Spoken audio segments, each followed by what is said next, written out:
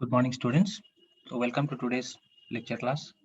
So in the past lecture on tension member, we have seen how to calculate the net sectional area for plate sections, okay, flats and plate section. Now we'll see how net sectional area is calculated for in case of angles and T's. Okay, so for angles and T's, we have the net effective area. It is ANE. Okay, net effective area is given by K1 into K2 into K3 into K4 into AN. Here AN is mixed into AN. Okay, this will be the net sectional area. So what is K1? K1 is the ductility factor, K2 is the factor for method of fabrication, K3 is geometry factor, and K4 is shear lag factor. So what are these factors? So now ductility factor is the net sectional strength of a tension member, which increases with the ductility of steel. Okay, now what happens is because of the stress concentration at the uh, bolt holes are better redistributed over the cross section when the steel is in plastic state. Okay, so therefore for ductile metals it is assumed the stress distribution is uniform. Now what happens is when you connect an angle with a bolted section, okay, you make holes. So when the load is being acted upon, first the load is being carried by the connected leg. More load is transferred to the connected leg, and the outstanding leg carries lesser amount of load. Now this is always load is transferred in proportion to the stiffness. You know this. So if the material is ductile, if the material is can be stretched into a form, it is assumed that the stress distribution is uniform. Okay. So in generally, more or less, the factor K1 is taken as unity. Now K2, what is K2? Factor for method of fabrication. This is factor for method of fabrication of the holes. How the holes are in. Now sometimes these holes may be punched or drilled. If it is punched, then K2 can be taken as 0.85. And if it is drilled, which is most of the cases, then K2 is taken as 1. Okay, so this is another factor how the holes are fabricated. So again, depending on the fabrication, also the connections are designed. Okay, so this is another factor that will decide the net effective area. For usually K2 is also taken as unity. Geometry factor, this depends on the type of the hole. Now the efficiency of the bolted joints is inversely proportional to the gauge to diameter ratio. Okay, now for smaller G by D ratio, the efficiency increases. So lesser the G or more the diameter, lesser is the G by D ratio, and less higher will be this factor. Okay. Reduction of area due to yielding of the material on the net section between the holes is restrained by the metal on the adjacent parallel gross cross sections, which result in increased tensile strength. So also K value of K3 varies between 1.9 to 1.14. Usually it is taken as 1. The last one, K4, that is the shear lag factor. Now, in order to understand what is the shear lag factor, you have to understand what is shear lag. What happens is when you connect a angle section, okay, single angle section to a gusset plate with one bolted joint. Now, when the load first acts upon, the connected leg will carry more load than the non-connected leg or the outstanding leg. Hence, stress concentration around the hole of the connected leg will be more. Now, as and when we move towards, we move away from that hole, away from that net section, away from the connections. As we move towards the outstanding part of the leg, your stress because near the hole, the stress concentration is not uniform. I told you earlier also. But as and when you move towards the outstanding leg, at the free part of that angle, your stress concentration more or less becomes uniform. So there is this transition zone. There is this zone which is given by 1 minus x bar by L, which is always less than equal to 0.9. Okay, where x bar is distance from the face of the gusset plate to the centroid of the connector area. Okay, now this from the face of the gusset plate to the centroid of the angle, that distance is x bar, and L is the length of the connection, length of the connected joint. The 1 minus x bar by L is the shear lag factor K4. Okay, why it is lagging means you are delaying the shear. Okay, more shear stresses are generated at the connected part and less shear stresses are generated at the outstanding part. So transition part to the outstanding part, there is this lagging of shear stresses. Okay, more on the connected part and less on the outstanding part. And this there is some that distance, that lagging is called the distance. That distance x bar, if you move away from that distance x bar, your stresses will start for being generated to be uniform. Initially, when it was connected to the plate, it was not uniform. As and when we move away from the connected part, your stresses tends to be uniform or become uniform. So there is a lagging of the shear stresses. This is called the shear lag factor. This is the factor that is varying here. Okay. Now what happened? Usually K1, K2, K3 in all assumptions, usually we take as per IS code, IS 800 2007 limited code for steel structures. Your K1, K2, K3 are taken as unity. Okay, that is assumed. Only this factor, shear lag factor K4 is varied. Now, if you put all these values as unity, what will be ANE? ANE will be this all 1 into K4. Okay, and this K4 can be denoted by alpha into AN, net area. So net effective area will be alpha into N. So this is the modified form. Okay, this was the actual form. We put all these values as here. One thing I have missed here, it will be K1, K2, K3 into AN. Okay, AN I have missed here. So ANE equal to alpha into AN. Now alpha will depend on the value of alpha will depend on the number of connections. So if the number of bolts connected in the angle section is less than 2, less than or equal to 2, take alpha as 0.6. If it is equal to 3, then take alpha as 0.7. And if it is greater than or equal to 4, take alpha as 0.8. Okay. Or if it is welded, if only one connected leg is welded connection, then take alpha as 0.8. So these are shear lag factors that you are doing. You know the net area. Okay. You know alpha, then you find the net effective area. Remember, the net effective area is only applicable in case of angles and T's. But while calculating the net sectional area for tension members, in case of flat plates and bars, you just calculate the sectional area deduction due to holes. There will be not effective. That will be only net area.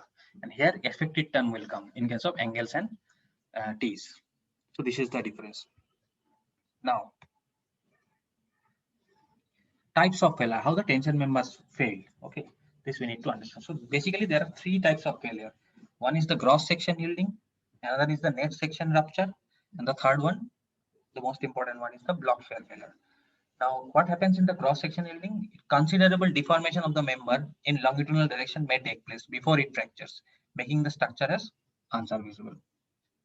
Okay, so this is this formula. Gross sectional yielding means the entire section. You're not taking the net section. Entire section is effective in resisting the load. Okay, and entire section will start yielding. If the entire section starts yielding, then this value T by Ag should be less than Fy. Okay, before it reaches yield stress. Because entire section is yielding, that means this value T by Ag should be less than Fy. Means before reaching yield stress, the entire gross section is ruptured. So this failure is happening. So this mathematically this should satisfy this relation T by Ag is less than Fy. Hence T is less than Ag by Fy. And the designed tension, what is design tension? Design strength or TDG is given by T by gamma M0 Ag Fy by gamma M0. So this is cross sectional yielding. Okay. Now net section, what happened in net sectional failure or rupture? Here the rupture of the member when the net cross section of the member reaches the ultimate state. Understood the difference? In the first part, the gross section, not the net section, the gross section yielding, the gross section yield was reaching the yield stress. Now, before the gross section, the net section will reach the yield stress here. So rupture will occur. Rupture means tearing of the plate or the bolt plate will occur. So that is another kind of tension failure. So net sectional rupture is given by T is less than, instead of Ag, you are taking Ag in a gross sectional area. So here you have to take as An, net sectional area, into Fu. It is ultimate state. This is not Fy, because T should be less than Fy, not Fu. it should be less than Fu, not Fy. So what is TDN? T by gamma m1. So An Fu by gamma n1. Now TDN is the design strength in rupture. Fu is the ultimate strength of the material. Okay. And An is the net effective cross-sectional area, and gamma m1 is a partial safety factor in rupture. So some reduction is there, some reduction, it is not exactly 100%. So you take this factor 0.9. So in case of tension member, you know, it was taken as 0.9. Bolts, we have studied this while designing bolted joints. So it is 0.9 An Fu by gamma m1. Okay, so here the net sectional members are failing, not the cross section. So what happens is when a tension member with a hole is loaded statically, the fiber adjacent to the hole yield due to stress section, yield due to stress concentration. Okay. Now on, if you start increasing the load, what will happen? The redistribution of the stresses will take place, and additional stress is transferred to adjacent areas of the cross section. Now the stress in the fibers adjacent to the holes remains constant Fi, but the fibers away from the hole will progressively reach yield stress. Now it is the stress on the remainder of the cross section that continues to increase, and finally rupture of the member will occur. So this is how the net sectional rupture occurs. And the other part is the, so this is calculated by this formula. Another formula, it is calculated by this. TDN is 0.9 Am Fu by gamma m1 plus beta G0 Fi by gamma m0. Clearing what an angle section is for angle section. This was for plates. Okay, and this is for angle section. For angle section, net section member will be like this.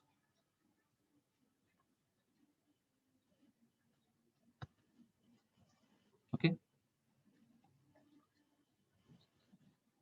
So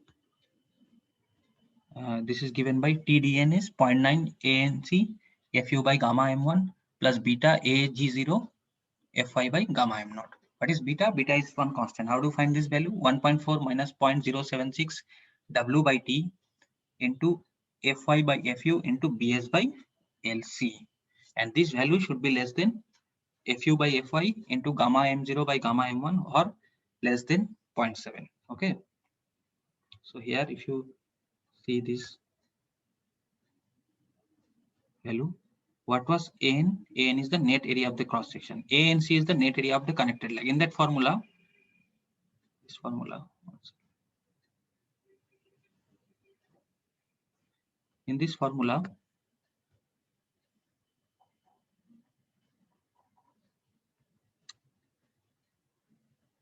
this formula we have seen, not this one, actually this one. ANC is the net area of the connected leg, and this is the gross area of the outstanding leg. So this you will get from the angle properties also. Fy, Fu, everything you will get. So you find TDN. This formula is used only if you need to find the net sectional area or net sectional rupture area. Okay, ductile strength. In case of angle section, the earlier formula was for the plates. So this beta you find, and if you want to see the geometry, these are the what alpha value you will take as 0.6, again 0.7 and 0.8 as specified earlier, and these are the notations. T is the thickness of the angle leg.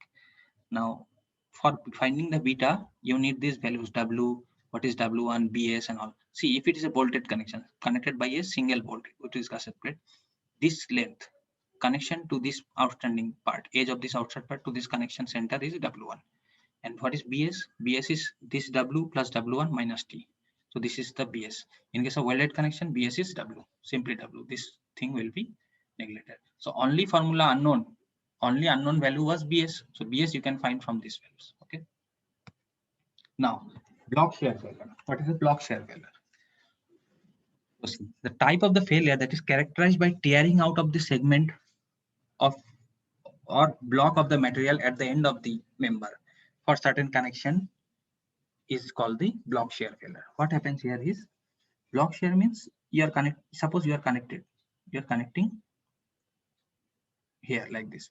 So these are bolts connected. Block shear means this entire block will fail. That will, this structure will fail, the entire block will move away. What happened in case of net section failure? Only this net section used to fail, or this gross section used to fail, but this block in This failure will occur in blocks. So that is why it is called as block shear failure. So now two things happen here. Here, suppose if you see this plane, these bolts, okay, this bolts is being acted upon this joint T, this tensile force T. Now this tensile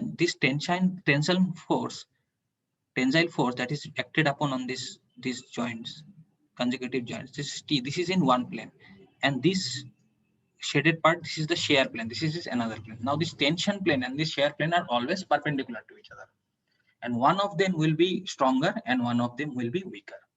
It always happens. So there are two planes. So how the block shear failure occurs? Failure of first one of the weaker plane will fail, and then the stronger plane will fail. Now sometimes the shear plane is stronger, sometimes the tension plane is stronger. If the shear plane is weaker, the yield stress will reach earlier for the shear plane. If the tension plane is stronger, the yield stress for the fracture stress, ultimate stress will reach for this tension plane in a later stage. Okay. Now what happens? These are some cases. Shear fracture and tension yielding means fracture is occurring by shear and yielding is occurring by tension. That means here it is large shear area, small tensile area. Small tension area, large shear area. For this case, this kind of failure occurs: shear fracture and tension yielding. And in case of the reverse happen, if it is tension area is more and shear area is less. Okay, this is the shear plane, this is the tension plane. So this is in case of bolted flange of I section. This is then this will be what? This will be shear yielding and tension fracture. Just reverse of this. So their block shear failure will be strength of the shear fracture plus strength of the tension yielding in case of this, and strength of the shear yielding and tension fracture cumulative. Summation of these two strengths will give you the block shear failure. When these two strengths are reached combined, then when that strength is reached, this block will separate out from this tension member and it will fail. So this is the concept of block failure. Okay.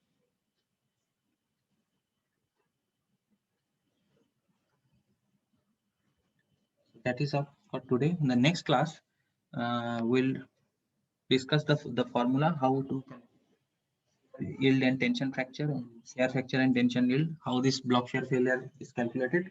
Okay, and some slenderness ratio and design of tension, how the tension member is designed for axial load, and we'll take up some problems. Okay, that is for today.